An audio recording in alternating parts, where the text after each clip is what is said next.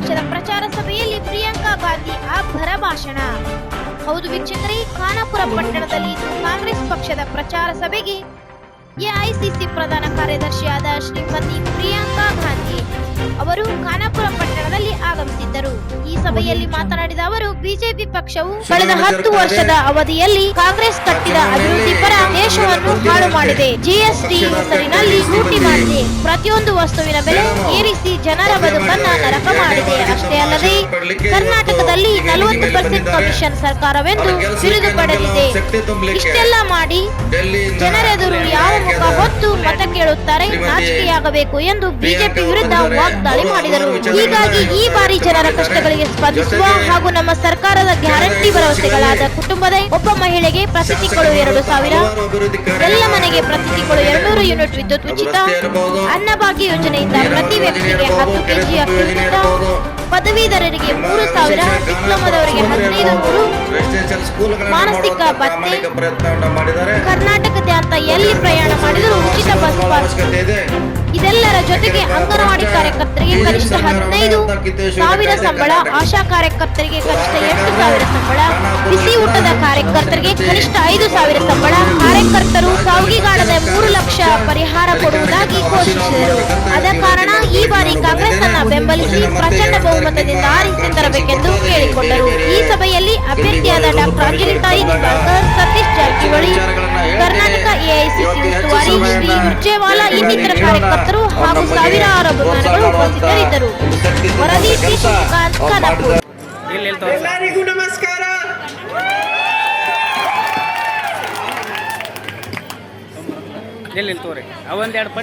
सर्वांना नमस्कार.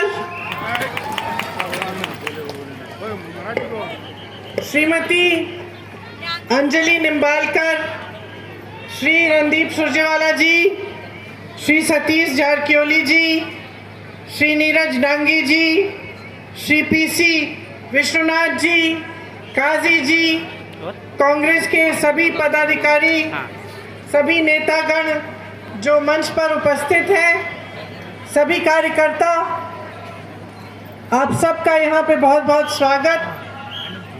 और सबसे पहले सबसे बड़ा स्वागत मेरी बहनों के लिए जो यहाँ इतनी बड़ी तादाद में बैठकर इंतज़ार कर रही हैं. बहुत धूप भी है, इसलिए आपको बहुत बहुत धन्यवाद कि आपने इतना इंतज़ार किया. और मेरे भाइयों, आप भी कुछ समय से यहाँ हैं. इसके भी ने सरकार बनाई, ऐसी सरकार जिसकी नीयत शुरू से ही गलत थी, आपके प्रदेश में स्थापित हुई. नतीजा क्या रहा? नतीजा ये रहा कि सबसे पहले जो गवर्नेंस जिसको कहते हैं, जिसके जरिए सरकार चलती है, प्रदेश चलता है, वो कम हो गई. बंद सी ही कह लो. कभी एक मुख्यमंत्री आया तो कभी दूसरा मुख्यमंत्री आया. जो विकास के कार्य थे, जिससे आपकी प्रगति हो सकती थी, वो लगभग रुक गए. और एक ऐसी सरकार आई जिसने हर स्तर पर आपको धोखा दिया, हर स्तर पर आपको लूटा.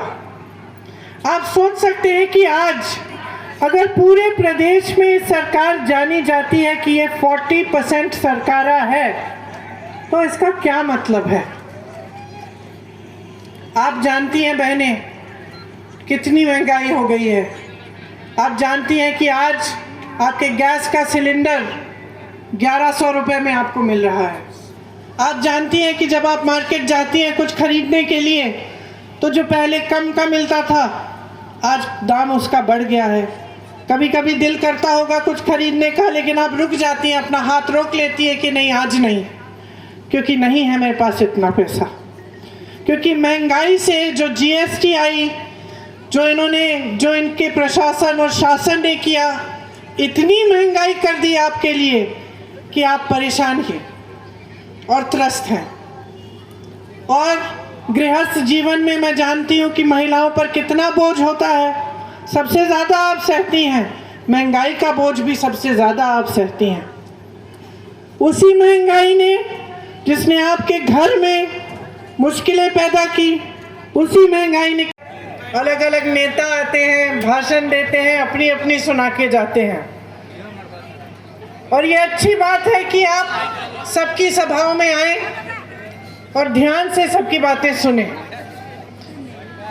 क्योंकि जहां तक मैंने देखा है लोगों से बातचीत करके, आपके प्रदेश में घूम के, तो यही देखा है कि ये प्रदेश कितना महान है। कर्नाटका में सब कुछ है, एक पुरानी सभ्यता, पुरानी संस्कृति, परंपराएं, ऐसे महात्मा जिन्होंने आप सबको शिक्षा दी, जिस शिक्षा के आधार पर आपकी संस्कृति बनी। उसके साथ साथ प्रकृति की बहुत देन है, घने घने जंगल, खनिज की बहुत आपके पास रिसोर्स है, देन है, प्राकृतिक देन है। उसके साथ साथ भविष्य के लिए आपका प्रदेश बहुत कुछ कर सकता है, क्योंकि यहाँ पे आपके जो नौजवान हैं वो शिक्षित हैं, जनता ज़्यादातर शिक्षित है, कमाती है और भविष्य के लिए और भविष्य में भागीदार बनती है। आपके यहाँ बेंगलुरु जैसे बड़े बड़े शहर हैं जो पूरी दुनिया में प्रसिद्ध हैं। पूरी दुनिया जानती है कि बेंगलुरु में सबसे ज़्यादा टेक्नोलॉजी, सबसे ज़्यादा लोग हैं जो काम कर सकते हैं टेक्नोलॉजी में, और समझदार हैं और पढ़े लिखे हैं और देश और दुनिया को आगे बढ़ा सकते हैं। यहाँ से आप पूरी दुनिया में जाते हैं, जहाँ जहाँ मैं बाहर जाती हूँ, कभी कभी मुझे मिलते हैं कर्नाटका के लोग, मुझे हमेशा गर्व होता है, क्योंकि ऐसे नौजवान मिलते हैं जो, और वहाँ यहाँ से दूर उनसे मिलकर गर्व महसूस होता है कि देखो, किसी की मेहनत से, ईमानदारी की कमाई से ये लड़का बाहर गया है या ये लड़की बाहर गई है, और आज किसी दूसरे देश में भी अपने देश, अपने प्रदेश का नाम रोशन कर रहा है या कर रही है। तो आपका प्रदेश जो है बहुत ही महान है और एक ऐसा प्रदेश है जो देश में सबसे आगे हो सकता है। लेकिन जो सरकार आपके प्रदेश में चल रही है उसे इस बात का समझ नहीं है, इस बात का आदर नहीं करती। अगर आप देखें तो सरकार दो तरह की हो सकती है। एक सरकार ऐसी हो सकती है जो जनता के लिए काम करे, जिसके नेता जनता का आदर करें, जो आपकी समस्याओं को अच्छी तरह से समझें, आपके बीच आए, आपसे मिले, जाने कि किस तरह से आपकी प्रगति हो सकती है और उस प्रगति के लिए काम करें। और दूसरी तरह की सरकार और दूसरे तरह के नेता ये होते हैं जिनको सत्ता मिलते ही ये एहसास हो जाता है कि हम बहुत कमा सकते हैं और ये सत्ता हमारी है तो हम कुछ भी कर सकते हैं, हमें जिम्मेदार होने की ज़रूरत नहीं है, हमें देश के प्रति, जनता के प्रति जवाबदेह होने की ज़रूरत नहीं है, हमें, हमारे पास सत्ता है, हमें पैसे मिल सकते हैं, शोहरत मिल सकती है और हम कुछ भी कर सकते हैं। तो अफसोस की बात यह है कि 3.5 साल पहले कर्नाटका में एक सरकार बनी। मेरी बहनें आप यहाँ बैठी हैं, शायद आपको मालूम होगा कि ये सरकार शुरू से ही गलत तरीके से बनी। विधायकों को खरीद के जो पर जीएसटी है, ट्रैक्टर से लेकर जो भी उनको इस्तेमाल करना पड़ता है किसानी करने के लिए, खेती करने के लिए, सब महंगा हो गया है। उसके बाद खाद महंगी हो गई है और उसके बावजूद मेहनत से, ईमानदारी से किसान खेती पर काम करता है, कमाने की कोशिश करता है। आपको मालूम है कि डीएपी में भी वजन कम कर दिया है, खाद आपको महंगी मिलती है, हर चीज महंगी कर दी है। तो हर स्तर पर आपके साथ धोखा हो रहा है। यहाँ नौजवान कितने हैं बताओ, हाथ ऊपर करो। आप तो नौजवान नहीं है भैया।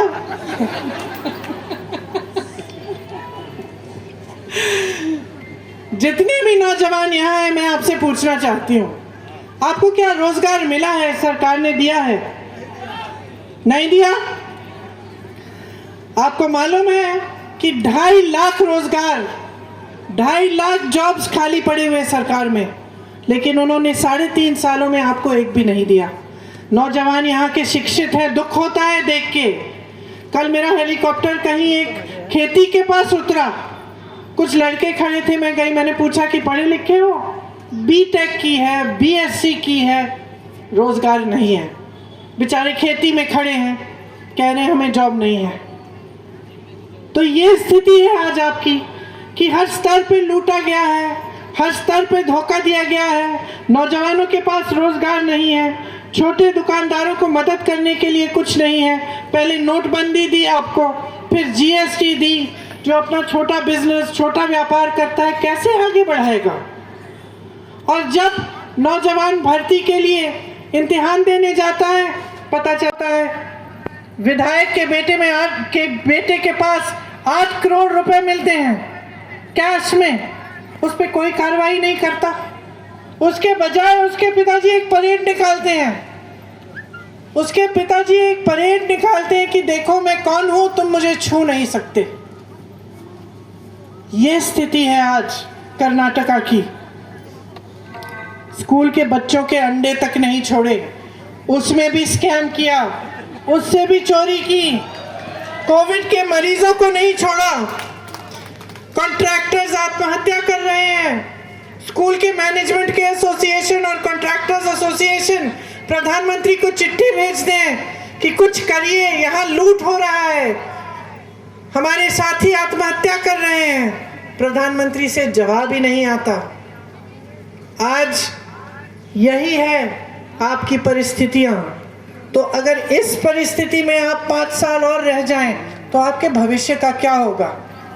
जो आप घर पे मेहनत करते हैं मेरी बहनें, जो किसान खेती में मेहनत करते हैं, जो अपनी दुकानें चलाते हैं, अपने बिजनेस चलाते हैं, वो भविष्य के लिए क्या सपना देखें? कि आप 5 साल और यही सरकार चाहते हैं या बदलाव चाहते हैं? जितनी मेहनत आप करते हो, कम से कम उतनी मेहनत तो नेताओं को करनी चाहिए कि नहीं? आप ईमानदारी से कमाते हो तो क्या आप ये आशा उम्मीद नहीं रख सकते कि आपकी सरकार भी ईमानदार होगी? बीजेपी की सरकार ने 1.5 लाख करोड़ रुपए कर्नाटका से छीने हैं, लूटे हैं। लूट की झूठ की सरकार है। आप सोचिए कि इन 1.5 लाख करोड़ रुपए में से आपके लिए कितना काम हो सकता था। मैं आपको बताती हूँ, 100 एम्स के अस्पताल बन सकते थे, 100 कर्नाटका में। 2250 किलोमीटर की 6 लेन की एक्सप्रेसवे बन सकती थी। ईएसआई के 187 अस्पताल बन सकते थे। आपके बच्चों के लिए 30,000 स्मार्ट क्लासरूम बन सकते थे। 30,000 कोई छोटा नंबर नहीं है, छोटा आंकड़ा नहीं है। इन्होंने जितना लूटा है उससे 30,000 क्लासरूम बन सकते थे। हर क्लासरूम में 10, 15, 20 बच्चे। आप सोच सकते हैं कि कितनी शिक्षा छीनी है बच्चों से इन्होंने। 750 किलोमीटर लंबी मेट्रो बन सकती थी इन पैसों से। 30 लाख गरीबों के लिए घर बन सकते थे। इन पैसों से 30 लाख कर्नाटका की गरीब जनता को घर मिल सकते थे, उनका फायदा हो सकता था। लेकिन भ्रष्टाचार किया, लूटा, टैक्स लगाया किसानों पर भी, जीएसटी खाद पे, ट्रैक्टर पे, पेस्टिसाइड पे, डीजल के दाम बढ़ा दिए, खाद का मैंने कहा आपको कम कर दिया जो देते हैं। हर स्तर पर लूटा है।